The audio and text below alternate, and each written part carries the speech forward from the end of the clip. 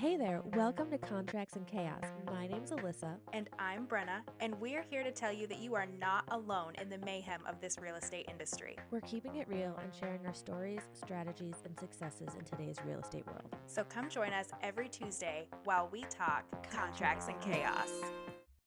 All right, now that we've blown so much time, we are ready to rock and roll. This is not what we originally had planned for today. No, we are pivoting, in the words of Ross. Pivot! Yes, and I mean, kind of on the same idea, I think, of what we were supposed to do today, but a little bit different formatting. So we are going to talk about a new agent survival guide. Yes. And what we wish we knew, basically, in the beginning, because it's not what you see on Selling Sunset, folks. No. Or HGTV, or, buying Maui, or whatever other. Buying Maui was a thing. Does Lilo and Stitch show up? Or is it more of a Moana thing? Maybe I made that one up. I don't know. I don't know, but I kind of want to audition for it. Oh, yeah, me too. Can I buy in Maui? Right. I know, and there's your lottery dream home and whatever it is that you're thinking of. You're like, oh, I could sell real estate. I mean, you can sell real estate, but rest assured it does not look like that. That reminds me, though. I bought a Powerball ticket in New York, and I sent it home with my dad when he was here. And I have not heard anything. Oh, so maybe you're a big winner. Well, and I called him for his birthday yesterday, and he did not answer. That man better not run off with my money. He ran off with your money. We could be buying a big-ass house. We could be buying a lottery. If we're buying a house, we're buying one on a lake, and maybe not a lake around here. So, Brenna, pack your boxes. Let's go.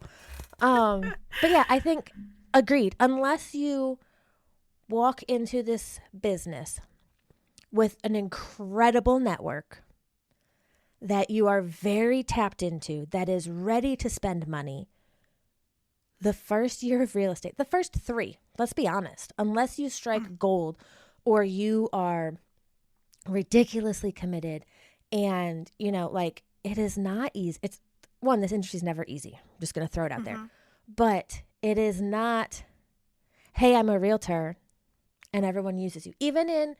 We both walked into this business in 2020, 2021. Even then, as new agents, we were not rolling in it. It took work. I hate when people say, I've been to 2 or 3 events lately where people have said, oh yeah, if you were a new agent in 2020, I'm like, fuck you. It was not. Obviously you weren't a new agent in 2020 or 2021 because it wasn't that easy. I had to work for it because everyone already knew a realtor to call, Well, exactly. And nobody was having to work. I don't want to say work for it because it was a very, very hard market. It's hard now. It's a different hard though. Yep, it's right? a different hard. Back then it didn't matter what agent you had that listed your house because you were going to have 17 offers before dinner time. Right. It was just a different hard. Yes. But the biggest thing too is also, I think the only other group of people is if you're a legacy, are they called legacy realtors? Your mom's a realtor. I would say kind of like a sorority. Yeah, are you a legacy realtor when you just get out of high school and you get your license and you have this big beautiful team and you've been in the business really your whole life, right? If you've been going to showings with your parents, if you've experienced it, you know what you're getting into, right? I feel like there's such a misconception. Actually, this week I had somebody reach out and was like, hey, can I pick your brain? I'm looking at real estate. What do you think? And I'm like, well, what do you mean? Are you you want to buy or you want to sell? Are you trying to get into this or are you trying to just buy a house? And he's like, oh no, I really think that this might be a good option for me, with the flexibility and yada, yada. And I was like, well, hold on.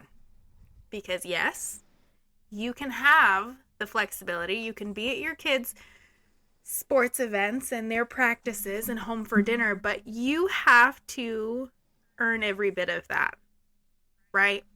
It's not a matter of passing that test in the beginning and getting your license and then suddenly you're making your own schedule, all of your bills are paid in the first 3 months.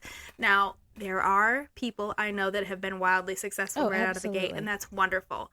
We're talking somewhat to the masses, right? We're that the have normies. gotten into real estate, gotten into real estate as maybe a second career, maybe a 4th career, maybe as a side hustle, which I don't know why you would ever pick real estate as your side hustle, but that's neither here nor there. I think real estate as a side hustle, like I see a lot of school teachers.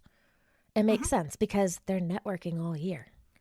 All year. Yep. And then they have the summer. Where it works, like that makes sense to me. But they also put in a lot of work, right? It's not like something that they just pick up for an hour and make an extra $12,000, right? If they're working it, it's still it's an extra job. That's what it is. So this is a quickie. We're gonna try to be we're gonna quick about this. I don't know how quick what we wish we knew, what we wish somebody had told us back then. Because listen, we struggled through, was it 70 hours, 90 hours of class to then, take your state boards and all of that stuff, only to get your license and be like, I have no idea what I'm doing. I think that is the number one thing I wish someone had told me. Same. Real estate class school has nothing to does do. not prepare you to be a realtor. It teaches you how to stay out of real estate jail. And if you go in expecting it to teach you how to be a realtor, nope. Like it's not. It is, this is the law. Here are the rules. Here's how to measure an acre. Do you know which type of title you should be taking? And make sure you get all the disclosures filled out.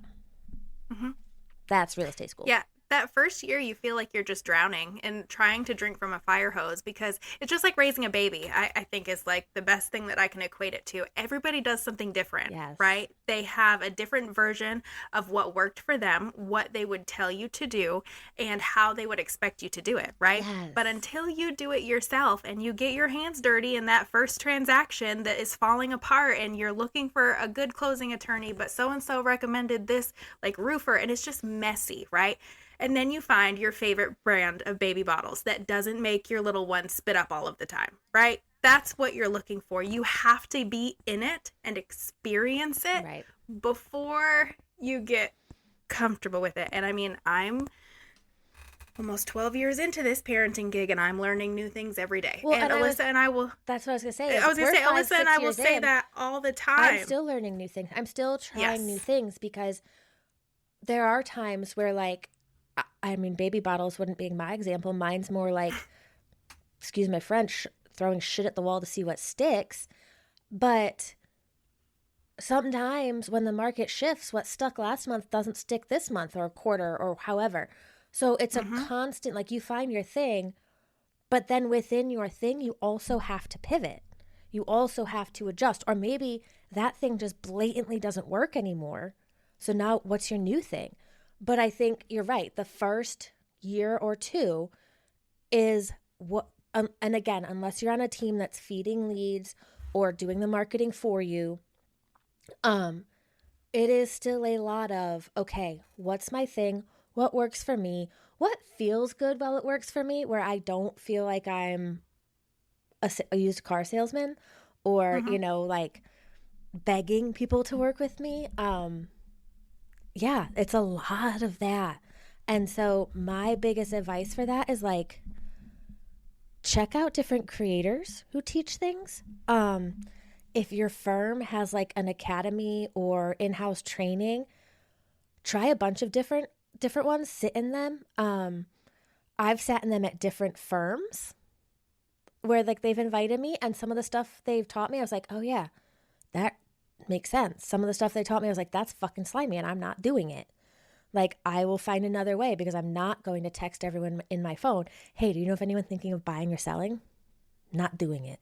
Not. Bleh, bleh. Well, and I think that's the biggest thing, because sometimes it is kind of like, I mean, we don't talk about religion on this podcast, but, like, it's kind of like indoctrination. It's like a religion. Depending on who your brokerage is, they have because that has worked for them for however many decades, right? Like, this is their business model. This is how they train their agents.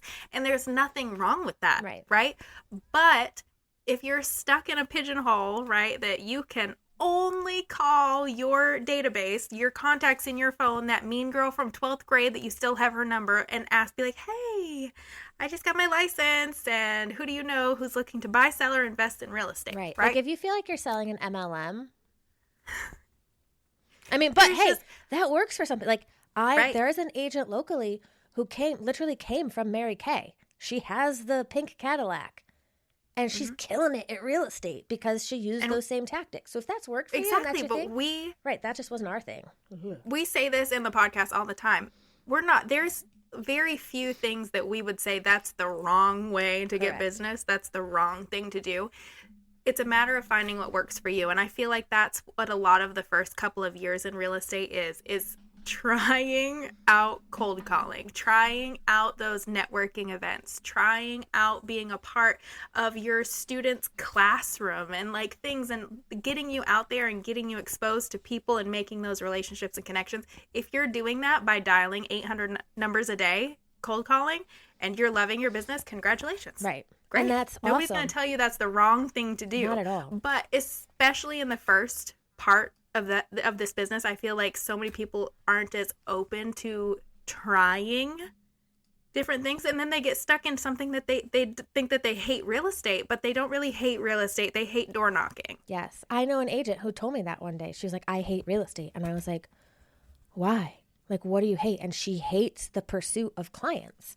And I was like, well, then you don't hate real estate. You hate this part of it, and maybe you need to find a different way to do it.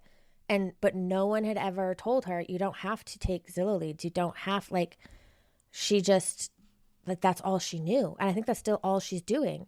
And I was like, well, if you hate it that much, then why are you in it?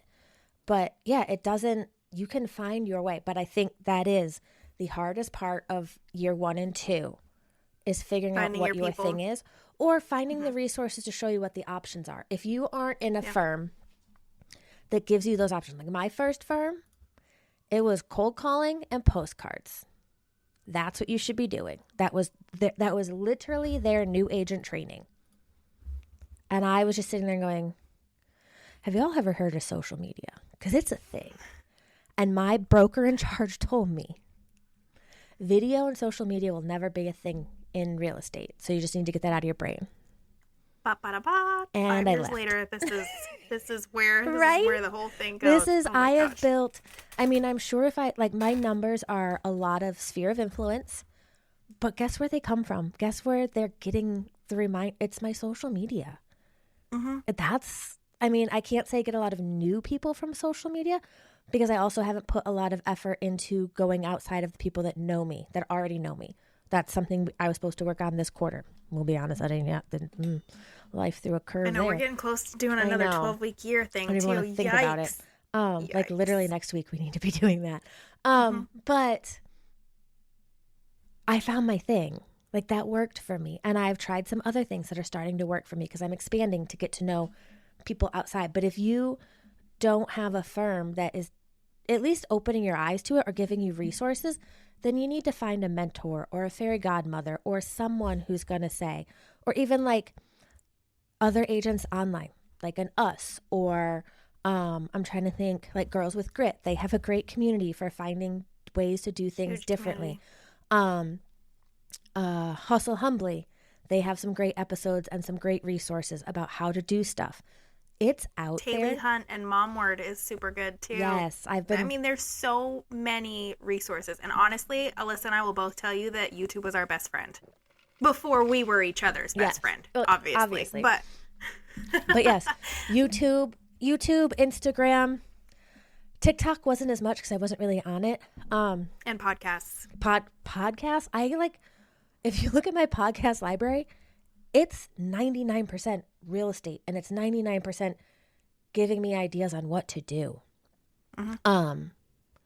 Because here's the thing, we're 5 and 6 years into this, and we're still learning. Right, we're still growing. Still picking up things that are working better for us. We're crossing items off. They're like, listen, we've done this for the last 3 years. I'm not loving it. It's not working anymore. We are shifting, and the business is so dynamic. You have to have that flexibility. Speaking of flexibility, I was just going to say, let's talk about... Yes. Yeah, because I said this we're is going to be very passionate about this topic today. We're very passionate. Speaking of flexibility, let's talk about money. Yes. Let's talk about how much it costs to be a real estate agent in your first year. Not even just your first year, years to come. But when you're like, oh, sure, I'll take this $600 class and be a real estate agent. Yeah, but then I'm actually logging into MLS right now because I need to pay my dues today. I paid one for one of my MLSs. I need to pay the other one today. But let me, I'm going to It's pull like it up. $200 a quarter for MLS. Yeah. It's like, then you have your Supra key access, which is more. To take the actual licensing test was like 200 and something dollars. Right. To hang your license with the Board of Realtors was another expense. Yep. There's so much that goes into it outside of that class fee that your girl, was not prepared for. I was like, you need how much more off of my maxed out credit card that I bought this? Right. So right now for third quarter for one MLS, it's $235, somewhere around there. And that's just my Super Key access and the MLS fee of $195. They do try to hit you up with an optional donation for something. Which is so silly. But let's see. So it was it's that every quarter plus. They have it backwards. We have a big one at the end of the year, I was going to say, so in November, I had to pay my CRA annual dues renewal was $606. That does not include my quarterly fees. I think it's like $1,500 total just for the MLS access. Our quarterly fees went up this quarter. They were previously $165. They're now $195. I'd love to know for what. I'm trying to think what else is in here. But yeah, and then you have your NAR dues. And so looking at it when you're thinking, oh, well, it's not a brick and mortar business. It's still a lower cost. Absolutely. Won't argue with you on that one. But it's also not free. And usually when you start a brick and mortar business, you have people in the door every day. This is different. Because and office fees. I was just depending on your brokerage, you've got into. monthly fees for your desk fee, for admin fee. It depends on the brokerage, so we're not going to get into all that because every place is different. But there are monthly fees associated with it. So if you didn't have a closing, like for me at one of the offices I was at, it was costing me $285 a month. $285 a month between a desk fee and at least had a the desk office in that fee. office. I did have a desk. That makes my but like hurt. $285 a month, whether I had a closing or not. Right. Well, the one I was at, one of them was $85 a month. And I remember there being a month where I was like, oh, shit. I don't know how I'm going to do this one. Mom, can I borrow your credit card real quick? Yep. Because if you don't have and that's one of the things I love about our firm is our annual fee is only paid when you close. Yeah, take them out of your commission checks. Because then I'm not stressing about, oh, crap. The only thing that's not like that is if you use their CRM. It's still a monthly fee, and it's $40. But yeah, you have to, and that's not, we're talking about, don't forget to set aside money for taxes, for when things get low, to reinvest in your business. That's what I was going to say, too. Signs are not, you can get cheap signs. I did it for the first 3 years, but signs are freaking expensive. They're the piece that hangs is like $200. That's not the post. That's not anything else. That's just the piece with your face on it. They're expensive. Ideally, if I could go back and if I wasn't in the position that I was at that time, if I could have had 3 to 6 months of savings, right, to pay my bills, would have been ideal. Yeah. Right? Yeah. This is the other thing that this person reached out to this week, and I was trying to explain. I was like, listen, people see a $10,000 commission, right? What they don't see is the mortgage that's 2 months behind and the car payment where you're parking at the neighbor's house. Aside from that, you're a 1099 independent contractor, right? That is not all of your money. It is all of your money, but it has to go different places. You need to set aside 25 to 30% for taxes right off the top, because guess what? If you don't take that out and set it aside, come March, you're going to be like, I owe what? Where? Or September, if they... Right. Yeah. Where is that money? Yep. Because you already spent it. Yep. Same thing with business expenses. It cannot all go into a trip to Disney. Oh, God, I wish. Trip to Disney or groceries or the day-to-day stuff. You need to have money that reinvests back into your business as well. Right. So we have a couple of episodes on that, like Profit First and Miranda Whitley. Those are great episodes to go back and listen to. Or things to take your business to the next step. Like, we both built on social media initially for free. But now we're doing things like, even if it's just giveaways and pop buys or mailers, like those are reinvesting in improving. And sometimes I find the more money I make, the more money I spend on things like that, because I'm like, okay, well, I want the next level. So it's... Well, because businesses don't run on 100% profit. No. It's impossible if you find to one do that does, can you let me know? Because I would also same. I would like to figure that one out. Right. Yeah. Absolutely. But that's the other thing. Money is like, people are like, oh, I'm going to get into real estate and sell a house, and like, because it is, you do have good sized commission checks sometimes. Also, where I work, the average price range is $300,000. Right. So yes. Again, not selling Sunset where you make a 6-figure commission off of one house. Not yet. Anyways. Not yet. I remember though, I had a client on the line, and we still just haven't found it was going to be a 6-figure commission. And I remember joking with my mom, I'm going to go buy the Q8. And she was like, no, you're going to pay off your student loans or invest it. And I was like, okay, but I am buying something fancy. I don't give a fuck. Like, if I sell that house or that price point, I am buying myself a present. It won't be the whole check, but I'm going to buy myself something. It's going to be more than my Starbucks closing latte. Right? You know? And that's the thing. Like, you shouldn't constantly feel like, oh, I can't spend money because I'm like, no. But you have to be wise about it. You have to budget. You have to learn how to stretch it sometimes, because sometimes my husband makes fun of me for my budgets, but I think it's just because it would make all of us sick to know how much Travis spends. I just want to hand over my finances and be like, okay, give me a debit card that has my allowance on it. Like, budgeting's not my thing. It makes such a big difference, and I'm such an anxious bee, and oh God, I said bee. Sorry, guys. Inside joke. Oh, shoot. That's okay. It doesn't bother me. I'm such an anxious parrot that, like, I love having that, like, I know that every month I'm setting aside money for Christmas and for birthdays, and, like, I have that. So when those things come up, I'm still laughing. See, and I'm the one that's like, okay, what closing should I have in November? And there's the Christmas budget. I hate that. Oh, I hate it. I really do. But I'm just not, I got to get better organized. And I know we say that every episode, but it's the truth. That's who Alyssa is. If you know me, I fly by the seat of my pants. If I ever have the time, I'll go back through our episodes and all of the ones that you're like, I'm going to set up profit first, and I'm going to start budgeting, and I'm going to do this. I opened a tax account. Nice. Doesn't mean I haven't drawn from it, but. Okay, let's go on to the next thing. Yes. Let's talk about like marketing and lead gen. But this, more important than anything we were about to say in this topic, though, showing up. Yes. Consistency. Yes. Like, these are not big things. And we have said this in the podcast before. We are not asking you to get out of bed and run 3 miles and do a devotional and like then hop on the phone for 4 hours. That's never what we've been. That's not who we are. About. No, it's not who we are. I'm never going to be that person. We are talking about when you make commitments to yourself, to other people, we are showing up. We are doing the thing. We are making those calls. We are going to that event. We are, whatever thing you are doing, do it with the best of your ability. Yes, and do it. Because that's what pays off. Consistently. Consistency is what, even if your thing is social media like ours. Y'all, if you saw my social media 5 years ago, I was every day, multiple times a day, not even just about real estate, but I knew the algorithm rules at that point. I was killing it.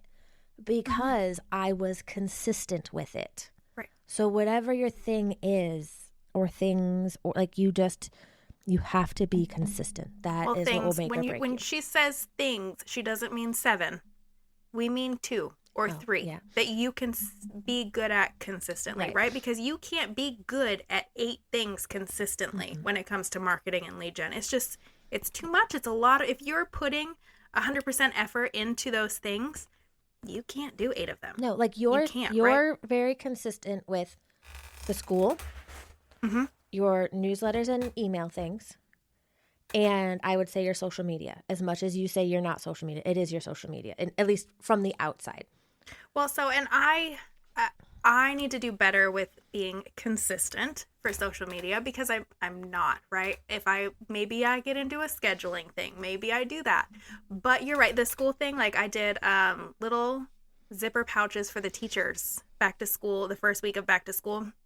They had my calendar magnets in them. They had hand cream, hand sanitizer, some ibuprofen, some emergency, like that cold, those kinds of things. And a chapstick that said, "You're the bomb" on it.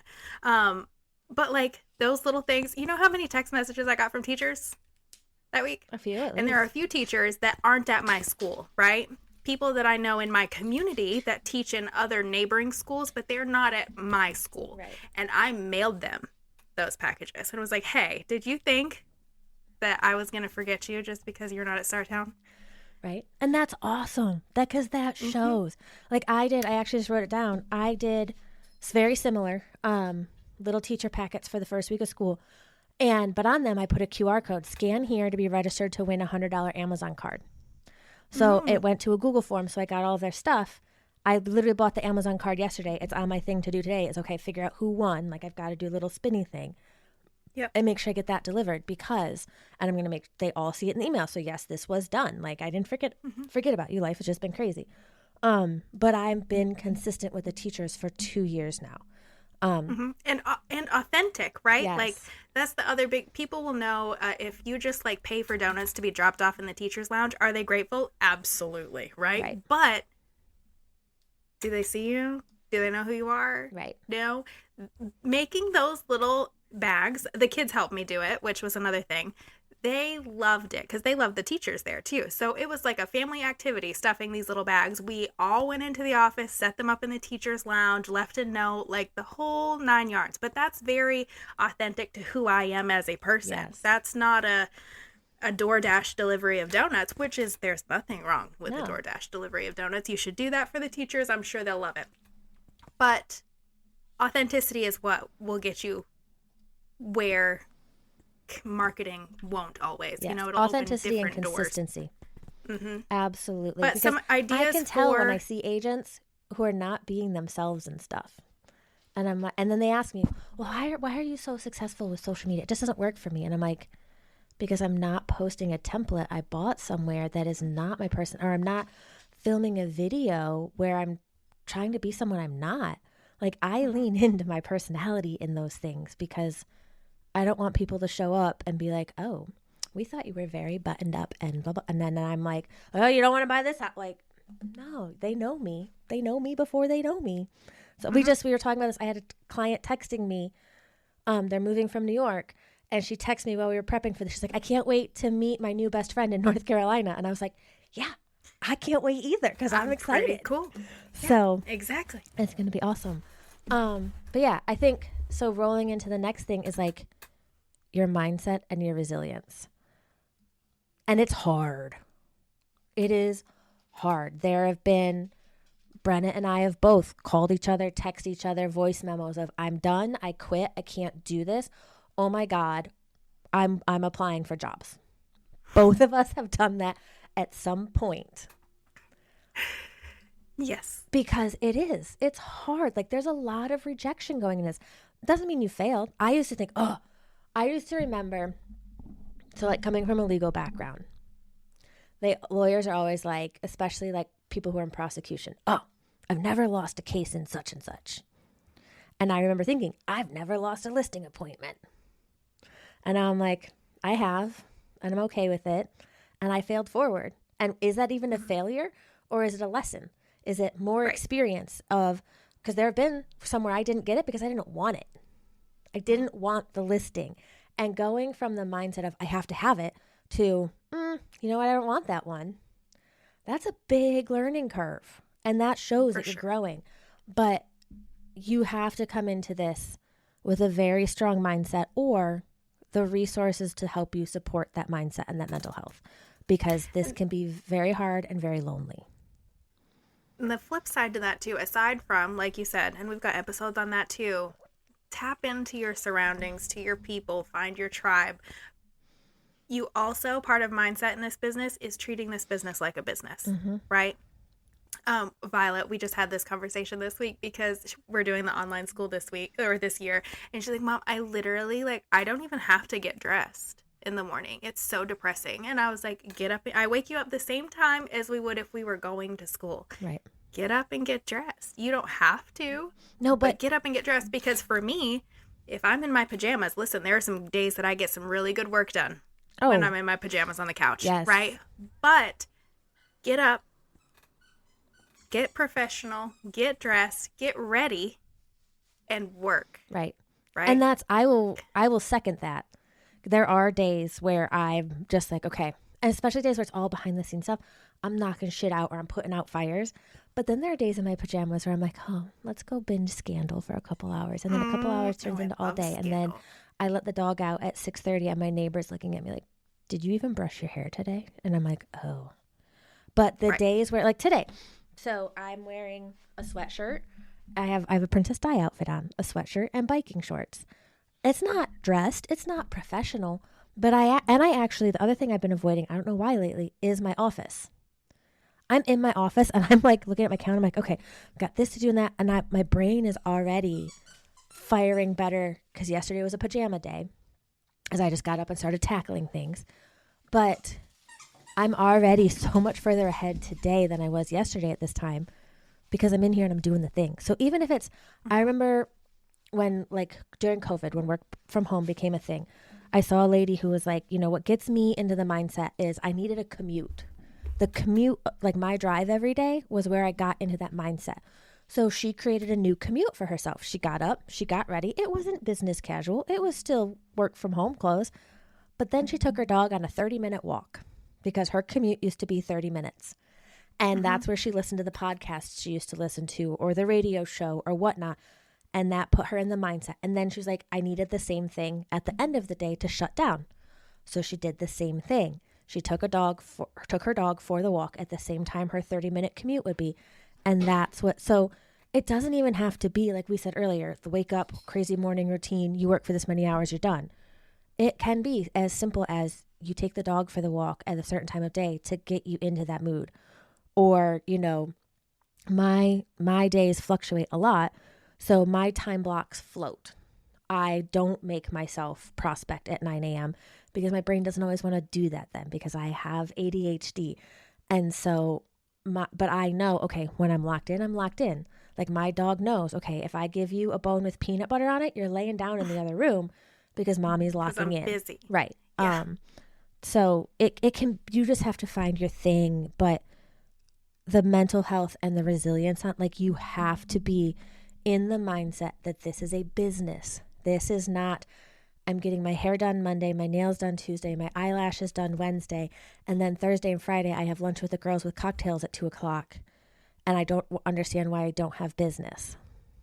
Well, what have you done to build business? Like, or for some people, and I'm not knocking moms, I have to be the one to pick my kid up at 2:30. No, you don't. There's school buses. Your kid could ride the bus. Or what if you did have a 9-to-5? Would they go to a latchkey program? Why can't they go to a latchkey program? If you really need that extra however many hours, maybe you do need to find childcare after school. Like maybe that is to protect those times. And I'm not saying you shouldn't spend time with your kids, but if you had a true 9-to-5 or, you know, a job with a set schedule, why are we not sometimes doing that to protect our business? Yep. And then at that point, again, if you're setting those boundaries and setting those times that you're working, that only should mean that you're more present with the time that you do have with your family. Exactly. Right? Like in the words of Sharon, be where your feet are. I do love that. That when I went through everything in July, that was the one thing you said to me, Ed said to me, Aaron said to me, everyone because I just handed my business off to y'all, but everyone said you need to be where your feet are. And so when I came back, I said that to them. I need to be where my feet are. So like, I don't need everyone asking me all day if I'm okay. Yes, there are times I'm going to go home. And when I'm home, I'm going to be where my feet are. I'm still going to be running my business, but it's going to be a little more, okay, I'm locked in with mom right now. Like that week I went home and the dogs got sick. I was locked in. Thank God there's nothing happening that week. But yes, beautiful point that if you are locked in during your time blocks of working or during work things, then when you are with your family or with your friends or on date night, then you can be where your feet are then as well. So, and maybe it doesn't need to be childcare. Maybe it needs to be a spouse stepping up. Maybe it needs to be a partner, or if you have grandparents, or I've also seen some people who like they rotate, because there are some work from home moms or moms with businesses where they know, okay, Monday the kids go to this mom's house, Tuesday the kids, like they rotate so that they know which day, so they can schedule accordingly. Like you kind of have it where you're like, okay, I know I block times for showings on these days because we don't have softball, we don't have volleyball. Other days, if I can make it work, but I'd rather hire, like, pay an agent or something. There are ways to make that work. It doesn't all have to be you. Right. Yeah, and that just, like, that goes, and just to recap, budget smart, build your community. So if you do need to reach out and lean on people, whether it's for ideas, support, showings, those kinds of things, and stay consistent, because those are the 3 main things that have got us past years 1, 2, 3, 4, and 5. Yes. Right? Yep. And we both are transplants to a completely new state with nobody here. Right? So if we can build businesses in brand new, and there's dozens, hundreds of agents in the same scenario, they move. Or there's dozens and hundreds and thousands of agents in our market. So if I ever hear someone say, well, that agent's got the lockdown on that, doesn't mean you can't try to get it either. Doesn't mean there's not more business in the area that they're not getting. Like, there's always room for you to get business. Yep. Absolutely. I think one thing I would like to see is when we email or DM us, I would love to know, like, what's your first year success? Excuse me. What is, like, in your first year, what's the one lesson or struggle? Is there something we didn't touch on? I want to hear about it. Maybe we'll talk about that in a future episode of, we didn't even think about that, because I don't feel like we're the old ladies in real estate, but I do remember when I came in, some people giving me advice, their first year was 20 years ago. So what they were saying, I was like, that literally doesn't compute these days. That doesn't help, I feel like we're still close enough that it's similar. But I would love to know, what's a lesson or a struggle or something that you guys have encountered that, even if we did touch on it, like, let's talk about it. Maybe there's something we need to go a little deeper on in another episode. Yeah. We need a hotline, but that's for another day. We'll work on that one. All right. We will see you guys next week. We just finished another episode of Contracts and Chaos, but believe me, the chaos does not stop here. So check out the show notes for our email address and where to follow us on socials, and we will see you next week.